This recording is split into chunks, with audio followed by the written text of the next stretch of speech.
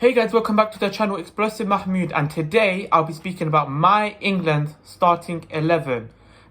England play Croatia. I checked and it's June the 13th is when England play Croatia. So I'm going to build an 11 that should start for that Euros match. That's the first Euro game. Subscribe if you're new around here. Let's get in.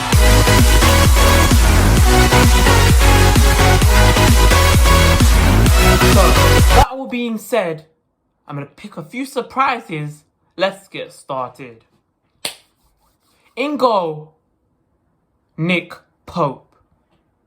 If it weren't for James Tarkowski being the player he is for Burnley, Nick Pope would have been Burnley's best player. He's in top 3 for Burnley, and for England, he does get selected for England, but because of the form Jordan Pickford has for England, saving all those shots, he does amazing for England, Jordan Pickford, but he's not great with his feet. And the form since the 2018 World Cup, he's been crap.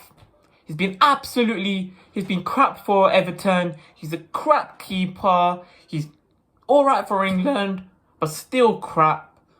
We need a keeper that can save shots and also be decent with their feet. You could say Henderson's the best with his feet, but he hasn't got a lot of experience. Nick Pope has that experience, as well as that experience for Burnley, and I believe he saves a lot of shots. I believe he's in the top 5 for most shots saved. And as well as that, he is all right with his feet. So I'm going with him in goal. At left back, I'm going with Luke Shaw. The reason I'm going with Luke Shaw is because of pure experience. I would have gone with Matt Target, but he doesn't have a lot of experience. So I'm going with Luke Shaw because of experience. And going by this season, his form, he's one of the best defenders for Man U. He is attacking output. He's so good at progressive passing and pushing that ball up the pitch and making those overlapping runs. It's unreal. That left side is going to be so strong with him there, especially on the attacking side of things. Defensively, it is a bit wobbly. But it doesn't matter because we're playing against Croatia. Croatia aren't known for their pace, but they're known for their mentality, their passing. They're known for the creativity and technical players in the form of Luka Modric. So they ain't known for their pace. So I feel like Luke Shaw could do alright. And then my 2 centre-backs, Reuben Diaz has just made this guy an unbelievable player. One of the best players right now. He's always had that quality when he's played for Everton. But moving to City, Aymeric Laporte just came in and has taken the starlight. Now Reuben Diaz is taking the starlight. But this guy is slightly underrated, especially this season. John Stones is my first centre-back. Next to him is a guy that's actually done well for Aston Villa. I believe Harry Maguire has the experience. But the one thing Harry Maguire lacks is being decent defensively enough. Yes, for England, he's decent and he's going to have John Stones next to him. And the experience against an experienced Croatian side could be so useful. But for me, my opinion, has to be Tyrone Mings. He's a left-sided centre-back, having an amazing season with Aston Villa. He's on really good form. Yes, he needs to develop more, but he's on really good form. We just have to... I feel like this England side, what Gareth Southgate's not going to do is what he should do is reward people that play well.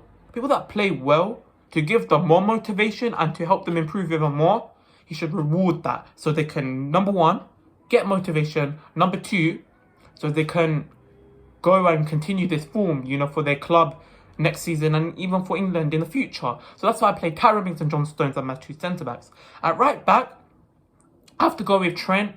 In the back 4, Trent is just defensively better than majority of the people there. Yes, you could say Wan-Bissaka, Reece James, but realistically, Trent is just ahead of Wan-Bissaka and ahead of Reece James, and he's a world-class right back. Yes, he's had a dip in form, but his form... The whole Liverpool team has had a dip in form. And as well as that, the whole Liverpool team having a dip in form, he hasn't been as bad as some of the other Liverpool players.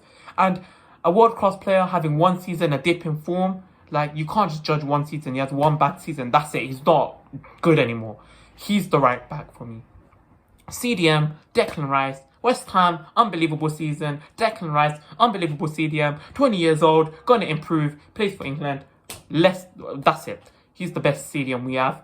And he's young and he can improve. So, Declan Rice, nothing more said about him. Like, just Declan Rice, innit? He protects the defence. Next to him, as a centre mid, that's the CDM. The other centre mid, box-to-box midfielder.